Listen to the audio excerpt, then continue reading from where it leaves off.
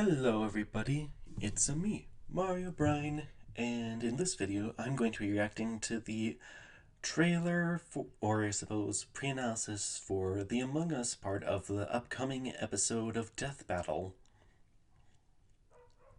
So, let's go. But before I do, I've played Among Us for at least a few years now, so I am pretty familiar with the game. I have a lot of experience. I hope there isn't too much lag while I'm recording, and that I am very clear when I'm reacting. So, time to transfer.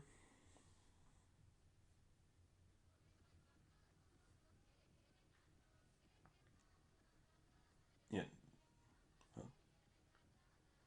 Oh. Sorry about that. I'm trying a new setup for the video, so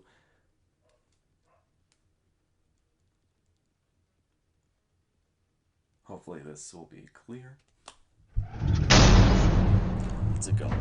In the lonely dark of space, aboard a malfunctioning vessel, a peculiar crew of bean-shaped astronauts must work together to save their souls from a quiet demise. Tons of stuff could go wrong at any moment, and it's up to these colorful clowns to fix it. Impressive, since their spacesuits don't seem to have any arms. Oh, that's not actually a suit, that's just how they are. Wait, what? Ew, why? More on that later. The tasks they undertake to save their ship require varying degrees of difficulty and skill. It may not take much to reconnect some wires in the cafeteria, but it certainly does to clear asteroids when your ship is moving faster than light. If that's not a suit, then why do they have a cafeteria when they don't have a mouth? At any point, these creatures must draw from medical training, electrical skills, and mechanical know-how. Okay, but it's total chaos, so teamwork is key. Sure. They gotta spread out and trust that while they're all swiping cards, they have each other's backs, right? Well, success is always uncertain, as though fate has placed some external force that stands between this species and their survival. There's an imposter among them! I mean,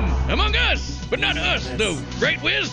Right? For the 9th time, I'm not an imposter. That's just what an imposter would say! They're shape-shifting aliens! They could be anyone! Or any mad scientist in a lab coat! The imposter threatens the pack and pushes them towards extinction by any means necessary. Anything from damaging lights to wrecking the ship's reactor. Which can be tricky to fix in time. Even though imposters are naturally skilled at crawling through the vents, the crewmates need special engineer training to do the same. So not all of them can McLean it up. All while the imposters conceal their motivations and infiltrate the herd. The others always know something isn't right, and the imposters use that paranoia to motivate their prey into ejecting each other into space.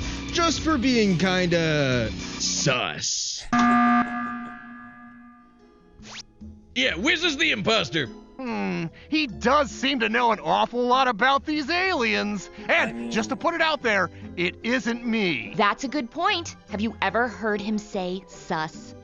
No, what do you mean? Knowing a lot is literally my job. I concur. Oh, my ear canal! Ah, jeez, fix your mic, dummy. I agree with the metal bowling ball. Well, I knew the sussy baka from the start. And again, just to be very clear, it isn't me. Same here. Oh, come on. Anyone could be the imposter, Boomstick. It's completely random. Just like anyone could randomly get sucked out of an airlock into space. Oops, it's you!